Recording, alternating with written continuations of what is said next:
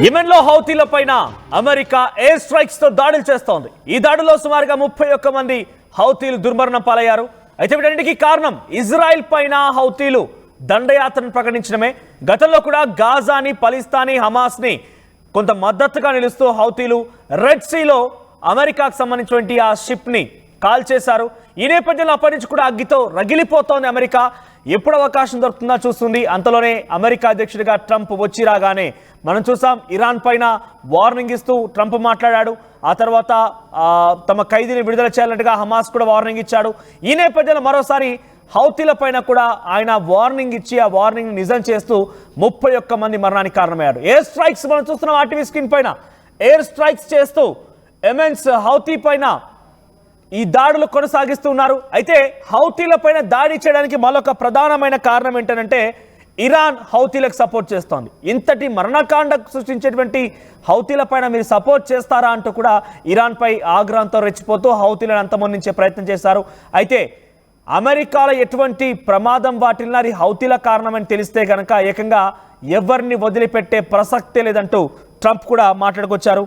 So ఎవరైనా సరే హౌతీలకి మద్దతుగా నిలిస్తే వారి పరిస్థితి కూడా ఇదే రకంగా ఉంటుందంటూ ఆయన చెప్పుకొచ్చారు. 31 మంది ఇప్పటికీ మృత్యువాత పడ్డారు. డొనాల్డ్ ట్రంప్ ఇచ్చిన ఆదేశానుసారం మిలిటరీ స్ట్రైక్, ఎయిర్ స్ట్రైక్స్ కొనసాగిస్తోంది. ఈ నేపథ్యంలో ఈ యొక్క మరణాలు సంభవించాయి. ఆ దృశ్యాలు మీరు ఆర్టీవీ స్క్రీన్ పైన చూడొచ్చు. హౌతీలను ఎట్టి పరిస్థితుల్లో వదిలే ప్రసక్తే లేదంటున్నారు. Trump orders navy strike on Houthi targets in Yemen's capital of Sanaa అనే ప్రాంతంలో ఈ హౌతీల పైన దాడులు జరుగుతున్నాయి. ఇంతకీ హౌతీలు అంటే ఏంటి? ఈ హౌతీలకు సంబంధించి మనం కొంత డీటెయిల్డ్గా మాట్లాడుకుంటే కనుక యెమెన్ అనేది middle east country. So middle east కంట్రీలో హౌతీ అనేది ఒక రిలీజియన్. నార్థెన్ ఆఫ్ యెమెన్లో వారంతా కూడా ఒక రిలీజియన్గా స్థిరపడ్డారు. జయాదీ సెక్టర్ షీ ఇటే ఇస్లాం అనే ఒక మూమెంట్ని వారు ముందు కొనసాగిస్తున్నారు. సో నార్త్ ప్రాంతంలో ఈ హౌతీలు తమకి ప్రత్యేకంగా కొంత వెసులుబాటు కావాలి. గతంలో యెమెన్ ఏకంగా పూర్తిగా వారి ఆధీనంలో ఉండేది. కానీ రాను కాస్త వారి ఆధీనం నుంచి పక్కకు వెళ్ళిపోయింది. ఈ నేపథ్యంలో రిలీజియస్ ఫైట్ కొనసాగిస్తూ ఉన్నారు. సో ఈ నేపథ్యంలో యెమెన్ ప్రభుత్వం నుంచి కొంత ఒత్తిడి ఎదుర్కొంటూ ఉన్నారు. యెమెన్ క్యాపిటల్ సనాకి కొంత ప్రభుత్వం మారిపోయింది. అక్కడ ప్రభుత్వం వారి చేతుల నుంచి వెళ్ళిపోయింది. సనా విశ్వవ్యాప్తంగా అంటే ఆ దేశం మొత్తం కూడా వ్యాపించింది. ఆ యెమెన్కి మొత్తం కూడా వారే ఇతర అంటే హౌతీలకు వ్యతిరేకస్తులు అక్కడ అధికారాన్ని చేపట్టారు. అప్పటి నుంచి కూడా కొంత అక్కడ ఉద్యమం కొనసాగిస్తూనే ఉంది. ఈ హౌతీలకి ఒకవైపు నుంచి సౌదీ అరేబియా, మరోవైపు నుంచి ఇరాన్ కొంత మద్దతు నిలుస్తూనే ఉంది.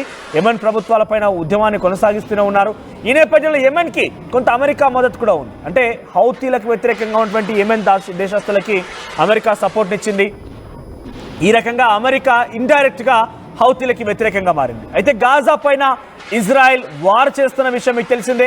గాజా స్ట్రిప్లో అక్కడ వార్స్ కొనసాగుతోంది. ఇప్పటికే కొన్ని వేల మంది మరణించారు. కనీసం లెక్క పెట్టలేని పరిస్థితి ఉంది. కొంత అంచనాకు వచ్చాయి. మొన్న మధ్యనే గాజాలో మరణాలకు సంబంధించి సుమారుగా 70,000కు పైగా మరణాలు సంభవించి ఉంటాయంటూ కూడా గాజా ప్రకటించింది, హమాస్ ప్రకటించింది. ఈ నేపథ్యంలోనే అక్కడ పలిస్తానీల పైన, గాజా పైన, హమాస్ పైన వరుసగా ఇటు ఇజ్రాయెల్ దాడి చేస్తున్న నేపథ్యంలో దానికి అన్ని రకాల యుద్ధానికి సంబంధించి పరికరాలను సమకూరుస్తోంది అమెరికా. ఈ నేపథ్యంలో తమకి వ్యతిరేకంగా ఉన్నటువంటి అమెరికా, ఇండైరెక్ట్గా వ్యతిరేకం చేస్తున్న అమెరికా ఏకంగా ఇజ్రాయెల్ పైన సపోర్ట్ ఇస్తోంది. కాబట్టి ఇజ్రాయెల్కి వచ్చేటువంటి ఆ యుద్ధ విమానాలకు సంబంధించి యుద్ధ పరికరాలకు సంబంధించినటువంటి ఒక షిప్ని రెడ్ సీలో పేల్చేసింది హౌతీస్. ఈ హౌతీస్ ఆ చర్యకు పాల్పడడంతో ఇరాన్ కూడా హౌతీస్కి మద్దతుగా నిలుస్తుంది. అప్పటికంటే ముందే యెమెన్ పైన ఉన్నటువంటి హౌతీస్ వ్యతిరేకుల పైన హౌతీస్ చేసే పోరాటంలో ఇరాన్ మద్దతుగా నిలుస్తున్నటువంటి ఆ విషయాన్ని మనం చూస్తూనే ఉన్నాం. ఈ నేపథ్యంలో హౌతీస్కి ఇరాన్ సపోర్ట్ అప్పటి నుంచి ఉంది. సౌదీ అరేబియా సపోర్ట్ ఉంది, ఇరాన్ సపోర్ట్ ఉంది. ఇక పలిస్తానీ, హమాస్, గాజాల పైన అమెరికా ఇస్తున్నటువంటి ఆ యుద్ధ పరికరాలతో ఇజ్రాయెల్ దాడి చేస్తూ ఉంటే వాటిని అడ్డుకునే క్రమంలో భాగంగా ఇజ్రాయెల్కి వ్యతిరేకంగా హౌతీ నిలబడింది. ఏకంగా రెడ్ సీలో వచ్చేటువంటి షిప్ని పేల్చేసింది. ఈ నేపథ్యంలో అప్పటి నుంచి కూడా అమెరికా రగులుతోంది.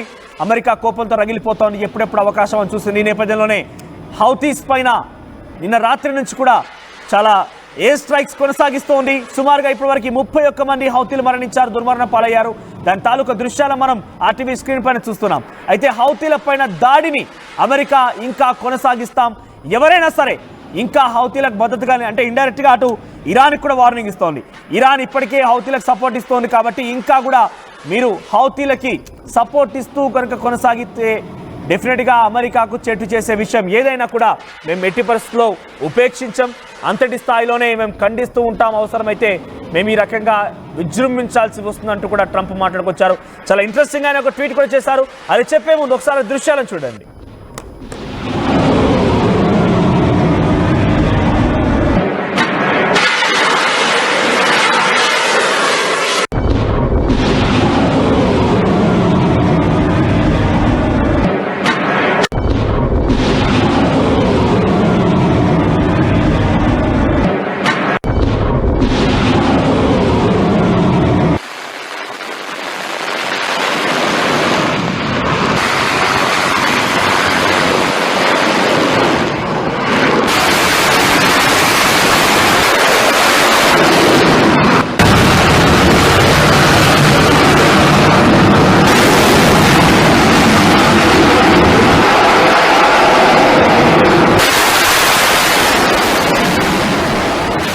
అయితే హౌతీల పైన దాడి తర్వాత సామాజిక మాధ్యమాల్లో ట్రంప్ ఒక వ్యాఖ్య చేశారంటూ వైరల్గా మారింది. అది ఏమంటున్నారంటే, your time is up and your attacks must stop starting today. If they don't, hell will rain down upon the you like nothing you have ever seen before. ఇక్కడ ఉద్దేశం ఏంటంటే, యువర్ టైమ్ ఈజ్ అప్, మీ సమయం ముగిసింది, and your attacks must stop, మీరు ఇకపైన attack చేయడం ఆపాల్సిందే. Starting today, ఈ రోజు నుంచే మీరు దాన్ని ఆపేయండి. ఇఫ్ దే డోంట్, ఒకవేళ కనుక ఆపకపోతే మీరు నరకం చూడాల్సి వస్తుంది.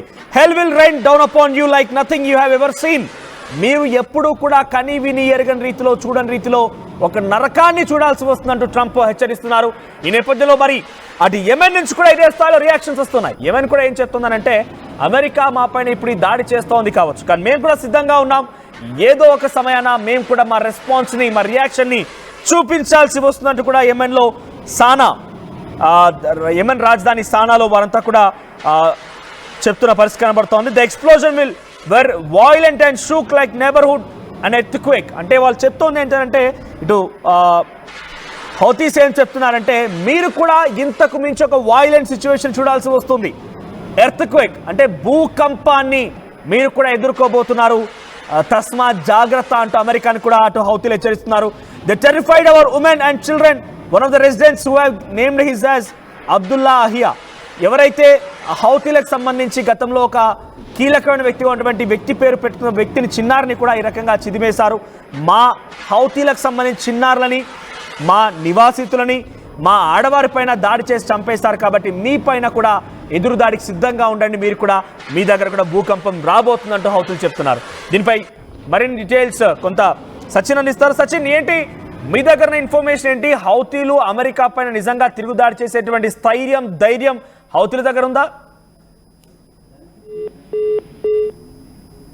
రైట్, మొత్తం ఇది విషయం. హౌతీలు తిరుగుదాడి చేస్తామంటూ చెప్తున్నారు. ఈ నేపథ్యంలో అమెరికా ఎలా రెస్పాండ్ అవుతుందో చూడాలి. ఇరాన్ మద్దతు అయితే హౌతీలకి చాలా సంపూర్ణంగా ఉంది. ఇరాన్కి ఇప్పుడే మనం చూసాం, చర్చలకు వెళ్దామనంటే చర్చలకు వెళ్లకుండా, ఒట్టి పరిస్థితుల్లో చర్చలు అవసరం లేదు, మీరు ఇది హెచ్చరించినట్టుగా ఉంది, మాకు హెచ్చరికల కాదు కావాల్సిన రిక్వెస్ట్ అంటూ కూడా Iran supreme leader Ali Khamenei కూడా అమెరికాను హెచ్చరించారు. ఒకవైపు ఇరాన్, మరోవైపు సౌదీ అరేబియా, తర్వాత అటు యూకే కంట్రీస్ కూడా ఉన్నాయి. ఈ నేపథ్యంలో అన్నీ ఒకవైపు ఇజ్రాయెల్ సపోర్ట్ ఇస్తూ అమెరికా చాలా శత్రుత్వాన్ని ఏరికోరి తెచ్చుకుంటుందా అని అంటే అవుననే కనిపిస్తోంది. మరి చూద్దాం ఏం జరుగుతుందనేది. అమెరికా మాత్రం ఇప్పుడు ఎయిర్ స్ట్రైక్స్ కారణంగా హౌతీలో 31 మరణాలు సంభవించాయి. దీని పర్యవసానం రియాక్షన్ ఎలా ఉంటుందో చూడాలి మరి.